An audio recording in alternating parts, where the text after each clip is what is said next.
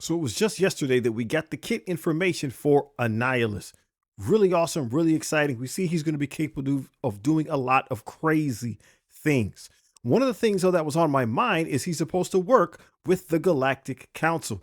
And initially, I didn't see anything in this kit that was a call out to the Galactic Council, and nor have we seen anything in those individuals that was a call out to Annihilus. So how is it that these characters are supposed to work together? What is it that they have that Annihilus can use to either become more potent, or is there something he's going to do to increase what they're able to do? Let's go ahead and look at their kits and really break this down. The Cosmic Control Rod is a big deal. It's something that, again, is going to make him extraordinarily potent, and without it, he is changed. He is easier to deal with. So perhaps some people are saying, hey, I will just go in, we'll put a sacrifice team, he won't spawn again with the control rod. How will that change the matchup? Well, that's what's going to give him these ability to continue to attack, right? Every time a person attacks, he's going to attack with that basic, and every time he hits people, he reduces the max health of the target. He is difficult to kill, right? He would knock him down to 1 health. He'll rebound back to 100. Without the control rod, he'll be more susceptible. He will be able to be KO'd.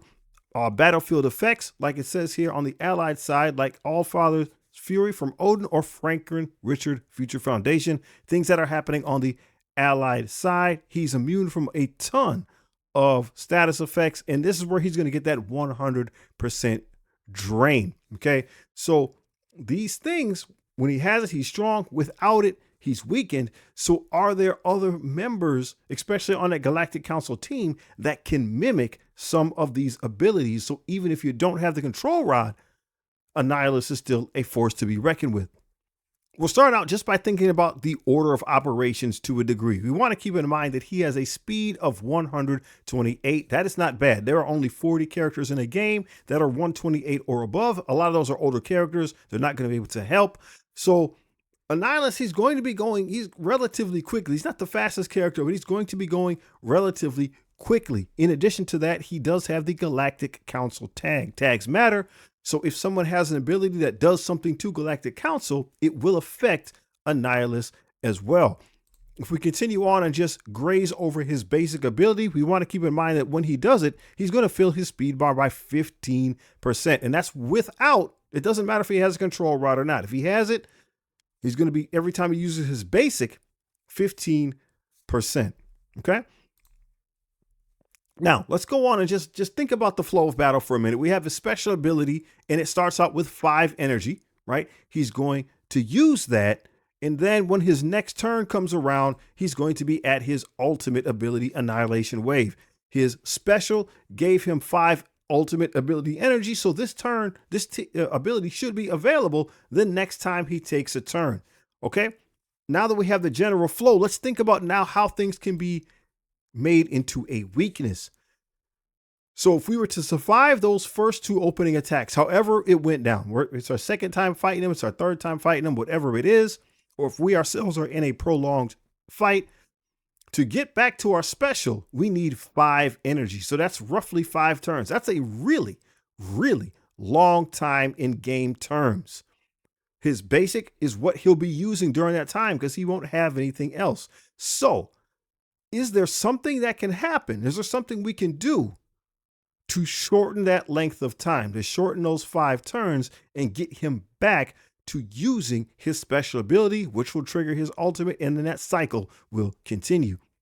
So now let's take a look at the Galactic Council themselves. One of the interesting things here is there's 5 members, and the assumption was that we'll just put Annihilus in one of these spots, drop one of the other members out, and this will be the team that is going to be used. However, on further inspection, I don't think that that is going to be the case.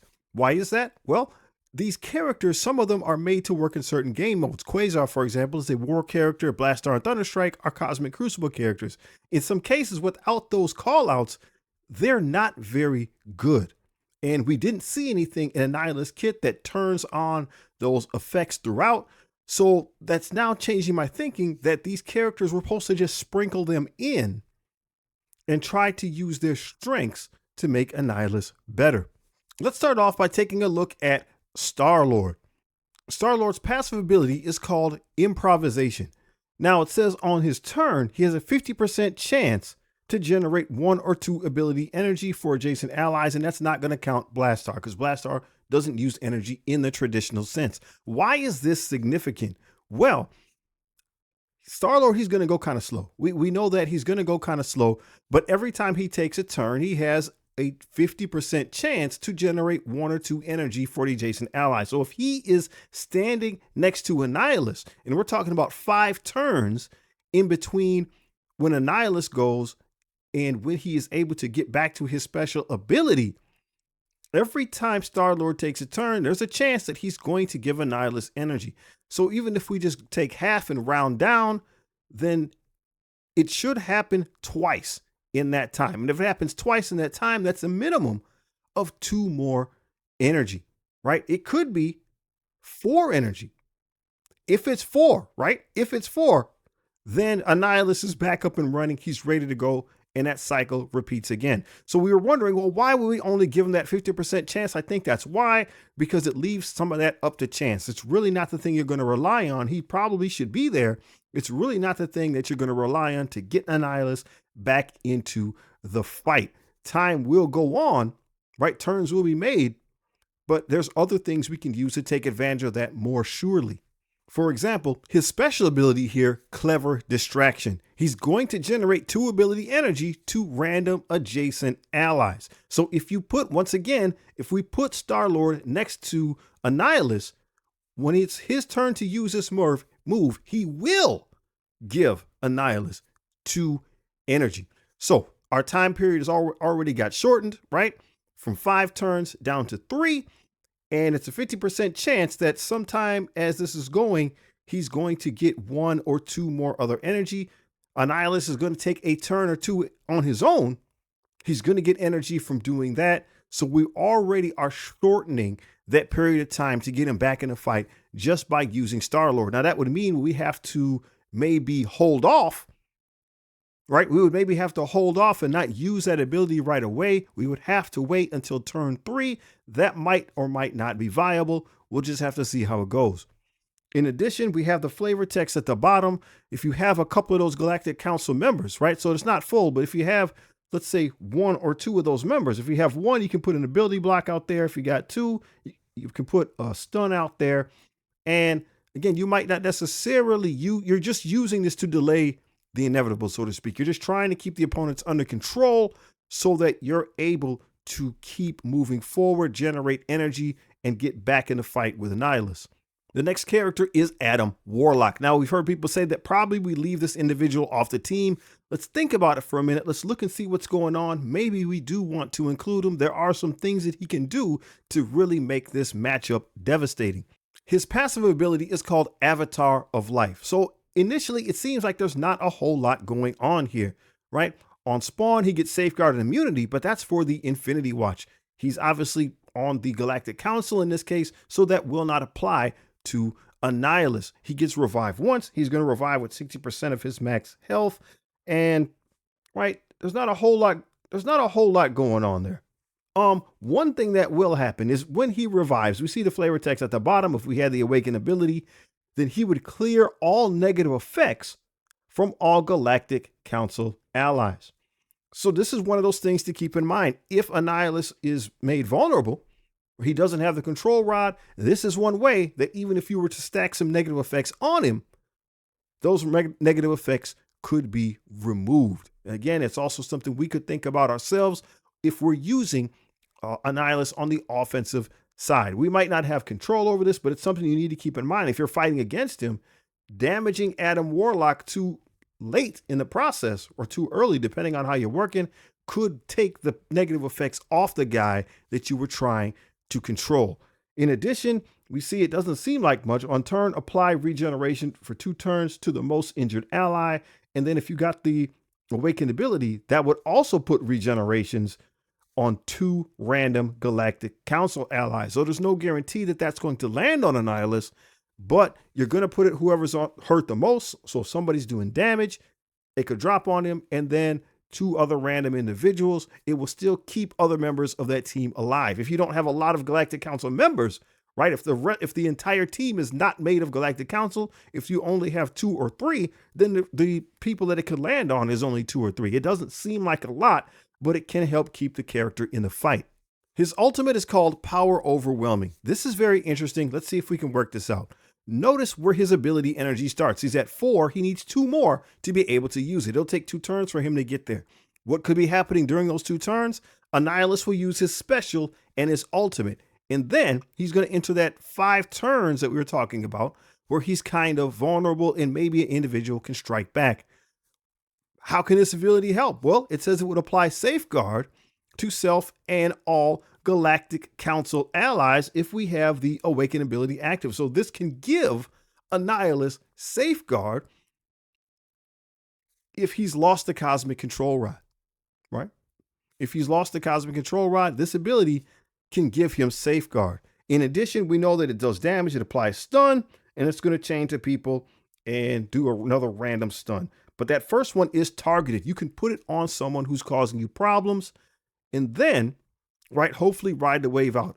Keep in mind, this can happen on the opposite side of the ball as well. You might not have control of that. You're playing against the AI, but they might stun you when you had a character that you were trying to set up for the KO move. Just something to keep in mind. His special is Enfeebling Blast. So he's going to use this one right away if he's on the AI, but if you're the one who's controlling it, you're going to maybe want to take time and look for that opportunity. You get an ability block right there for 2 turns. He's going to ability block enemy villain protectives for 2 turns. That's going to happen automatically. So you're just shutting those individuals down, disrupted to enemy protectors. That all makes sense. And then we see if you add the awakened ability, you're going to add to the ability to clear a vulnerable and all darkness from all Galactic Council allies. So when Annihilus has the control rod, darkness, he's immune to that. But if he doesn't have it, here is a way that you can clear it, right? The other council members might have it and they're fighting amongst each other. Maybe they're fighting Galactus and you want that to stop, or Annihilus and you want that to stop. You can use this ability for that to happen. It clears 1 vulnerable. So that's not a bunch. I was thinking if people are trying to stack up for that skirmisher striker combo, still removing the 1 vulnerable that's there might be enough. Just something to keep in mind. That would mean you'd be using his basic ability war, and his basic is Soul Mage Assault. So you would be holding off maybe on that special to look for an opportunity. Maybe, right? That might be one way you would do that. The reason why this is significant is because it says it prolongs the duration of all negative effects. So we know that Annihilus was going to flip things, right? He's going to flip a lot of effects. He was putting a lot of negative effects out there, and this will prolong those things, making the fight a little bit more difficult. He's also going to put 2 bleeds for 2 turns on the primary target. So those are just a couple of reasons why you might include these 2 characters with you if you're bringing Annihilus into play. It's not a guarantee, but we see what we're trying to do there. And later on, as other characters come out, if you can mimic some of those things, that's going to help you keep your Annihilus healthy. Now, what about in other specialized game modes? Let's talk about Quasar first. So here's Quasar. Let's look at his kit and see if there's anything that he brings to the table. His passive ability is Galactic Knight. Now notice right off the bat, it says on spawn, he's going to get defense up for 2 turns. And he's going to get immunity for 2 turns. And that's going to be for him and all allies. So there's an opportunity here for this character to put immunity, defense up. And we saw earlier how you could apply Safeguard to Annihilus. So even if he's lost the Cosmic Control Rod, there's an opportunity very quickly for him to get the big 3, defense up, immunity, and Safeguard. Just something to think about. The next part of the text there, the first time any character takes a turn, if any enemy is legendary or mythic, you're going to get an additional immunity up to a maximum of 3. So if you're taking on the biggest guy, or you're using the biggest guy, right, to go after probably some other big fish, chances are legendary or mythic characters will be part of that discussion. Now, there's a lot going on here. This will only be on the offensive side of the ball. This won't happen on the other side, but again, this is the offensive pressure, and who knows what other characters might come out. It says on any turn, clear barrier on all enemies. So you could have lost that part for your Annihilus, right? You could have lost that part, but Quasar is going to step in and make that happen. Again, this is on offense. This is when you're controlling the character, I understand, but we're just showing you how the characters can be used. It also says all allies gain 25% drain. Notice it says all allies, right? If you have the awakened ability. So that means even if you've lost the cosmic control rod in the offensive setting, you can still activate drain. It's not as much as you had before, but it will still be there. You're also lowering damage reduction for legendary and mythic enemies. So again, if you're fighting with the big fish, you're probably bringing the big fish into battle. And then as we look at the text there, it's moving. We're still talking about the offensive setting, but just keep in mind, it says if as long as Quasar has more than 50% health, enemies cannot fill speed bar for themselves, allies. So again, we're doing a little bit of shutting down some of those speed shenanigans, right? Speed of all characters can only be altered by positive and negative effects. So we're still adjusting some of those speed shenanigans, and that will still happen even if you've lost the control rod for Annihilus. His ultimate is Meteor Smackdown. He's going to clear all charged on all enemies. So once again, even if you've lost the control rod, this is a way that mechanic can still function. One of the things that's going to be difficult with Quasar is he has really high cooldowns. He needs a lot of energy. So perhaps we do need to put Star-Lord in between Annihilus and Quasar and just kind of pick the poison, so to speak, right? It's just like when you're playing against a high-powered athlete. Do I try to stop that big athlete, or do I try to slow down other members of the team? You got to make people choose. And again, pick your poison. Another thing to notice, if we had the awakened ability, so down there, we have that quantum constructs, right? Again, this is on the offensive side, but notice what happens. It still will clear battlefield effects on the allied side. So that's what Annihilus would do. And he's going to put in quantum constructs, and it's going to stay there for 18 turns. So again, we know this is on the offensive side, but even if you've lost the control rod, you can still keep this up and running with Quasar on the field. You can still mimic, right? He's mimicking what Annihilus was going to do anyway. Quasar special is Cosmic Crush. It doesn't have a call out to Galactic Council, but it's just something to be mindful of, right? Because it's slow. It keeps the fight going. His abilities, his special and his ultimate are game-changing abilities, right? You have defense down for 2 turns, slow 2 turns, offense down 2 turns, and he's good to put that exposed out there. Defense down for 2 turns to each adjacent target. And then on the offensive side, it's just more of it, right? It's just more of it. And then on war offense, he can also clear all battlefield effects on the enemy side. So strategic use, he can get rid of all the battlefield effects that exist. 4 energy, that's not bad. This is something you can get off more than once during the battle. His basic Quantum Blast, it does have that health steal, right? If the enemy is cosmic, then he's going to do that 10% health steal. So if you're fighting against other strong characters, you can use this to kind of tunnel them down. Same thing, if you've used the bigger abilities of Quasar, you can still tunnel down some of the stronger opponents on the other side of the field, depending, right, if they are cosmic individuals or not. And if you upgraded the awakened ability, then they don't even need to be cosmic. It just says on war offense, always steal 10% health from the primary target. So, this is a way, again, to just whittle down your opponents while you're trying to buy time for Annihilus to recharge. So that was Alliance War. On the other side of the coin, we have Thunderstrike and Blastaar in Cosmic Crucible. Is there anything here that's going to be particularly interesting for the matchup? His passive ability is Architect of Thunder, and notice that flavor text down at the bottom. It says Crucible offense, but that would mean even if you've lost your Cosmic Control Rod, that the speed bar shenanigans would still apply. So in more of a mirror match type setup, or maybe you're going head to head with an opposing Annihilus, if you got Blastaar and Thunderstrike on your team, after they lose their Cosmic Control Rod, the speed bar safeguards will still be in play for you as the offensive player. Another couple small points. When an enemy attacks this character, so when they attack Thunderstrike or an ally, so you're trying to attack Annihilus, Thunderstrike will retaliate. It's not a super big deal, but again, we're stacking extra damage. So there is retaliation still going, even if Annihilus loses his Cosmic Control Rod. It might not be a ton, but it is something you still need to keep in mind. Again, something we could use, something to think about on both sides of the field. It says on Crucible Offense, until Thunderstrike completes a turn, enemies cannot gain defense up and allies cannot gain offense down. So again, sacrificial attack once or twice. This is something that's in play. It may give you an opening against the opposing Annihilus. Just something to keep in mind. Some of these things seem to be perfectly tuned for the mirror match setup, right? So we have Rolling Thunder. That's his ultimate ability. And again, if we look at the awakened text there, right, before this attack, you're going to reduce the duration of all positive effects on all enemies by 2.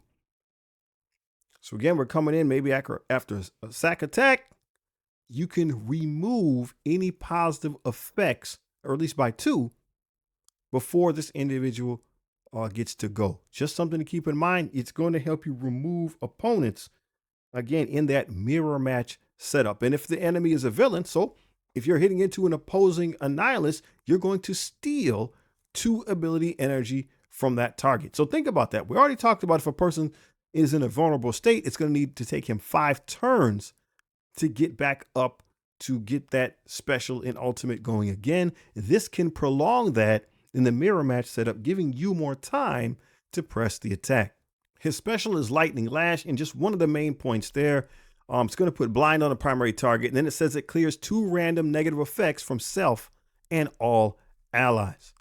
So in both circumstances, if you're trying to get rid of stuff, you've lost your control rod and now you have negative effects applied, you're trying to get rid of those, this ability can do that. It's a cleanse, and we need to be mindful that it can happen on the other side of the field as well. That part does not have to be on Crucible Offense. So if we've stripped the Cosmic Control Rod from the opposing Annihilus with a sacrifice attack, and now we're coming in, we're trying to do negative effects.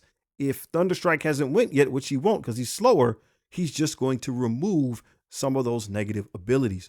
His basic attack, Thunderburst, is really, really interesting considering what we know of Annihilus, right? With the enhanced text, it's going to give bleed, and then on Crucible Offense, so when you're in control, you're directing the attack, it reduces the duration of regen on primary and adjacent targets by 2. I just thought that was weird. It almost seems like it's useless, except now that we know what Annihilus can do, right? When he was going against people that had safeguard, defense up, speed up, right?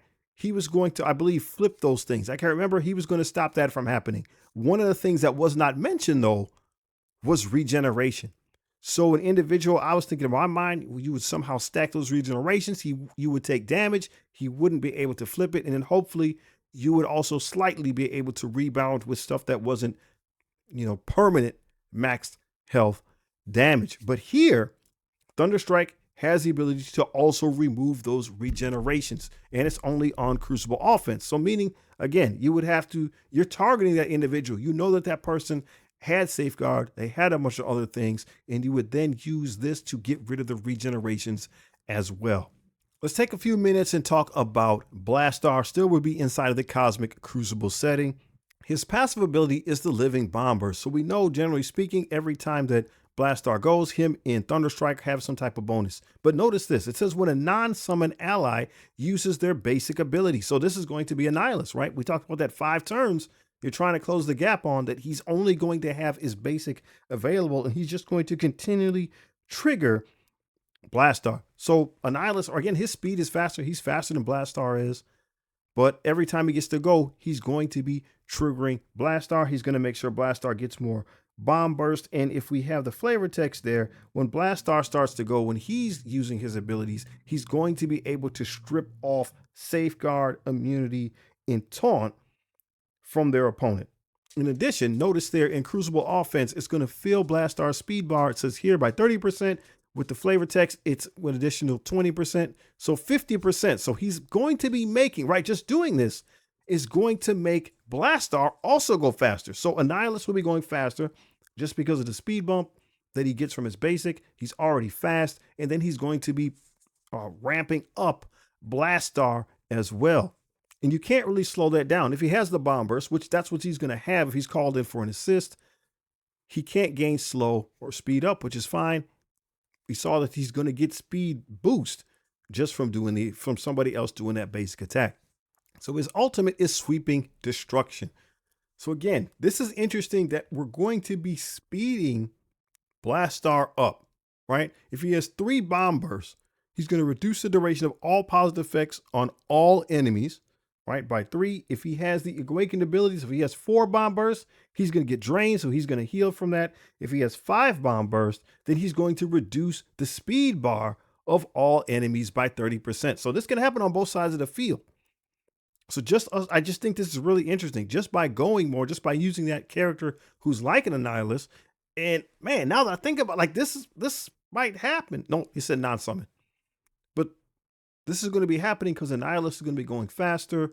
It's going to make Blastaar also go faster. He's going to get more bomb burst. And then there is a speed bar deficit that can happen, which prolongs things, and that gives Annihilus more time to charge up. This is on the offensive side. Concentrated Blast, it's his special. There's an ability block available there. And again, Blastaar is interesting because he doesn't have energy. So if you're in control, right, you can ability block somebody to kind of keep things under control. You're going to get Safeguard. That's going to be on Blastaar himself. But notice down here at the bottom on Crucible Offense, apply immunity for 2 turns to self and all allies. So it's a way to get immunity running back up to get that placed on your Annihilus. Again, this is on the offensive side. So if you're kind of in that mirror match, you now have the advantage. His basic is called Violent Subjugation. So we know this is how he gets those bomb bursts, right? He does those basic attacks. He starts getting those bomb bursts up. It does some damage. But notice some of the other things that is happening. He fills speed bar in the normal sense by 5%, right? So this is Blastaar making himself go faster. If you have the awakened ability, then now that speed bar is another 25%. So that's 30% speed for Blastaar. So again, this is how he's meant to function. He can also get sped up and get out of hand. So we're going to be putting ourselves, especially in Crucible, in a situation where we're trying to stop 2 different people. Also with the awakened passive on the offensive side, you can use this to drill down Safeguard, immunity, and taunt. So once again, you're in the mirror match, you're in control. You might not even, right, using this, I'm trying to think how it would work. You might not even wait for that sacrifice attack. I don't know, right? At least you can go straight up if your teammates are big enough, and you will have the advantage and you will win. Hey, if you are an endgame player, right? This is the endgame account. We do have some spots open on the endgame alliance. We got 2. You can hit me up in the comments. We can figure it out. We're pretty much a grown-up casual. What that means is everybody's going to log in. You're going to do things unprompted. Nobody's going to ping you. If we do ping you, right, it's because we need you. So we ask that you respond. So if you're interested in that, let me know. We do have a couple spots available. And I want to know what you think about this concept, right, of the Galactic Council. Do these characters have any merit? I was thinking it would look differently. It doesn't, so we have to adapt our thinking, but it looks like they're just to enhance and maybe keep the matchup going. I want to know what you think about that. Are there other characters that we could use instead to try to start building counters or to prolong the effectiveness of the character now that we understand what the intent seems to be? I'm really interested in hearing your comments. And hey, if you haven't seen these videos over here, please check them out. They're legit.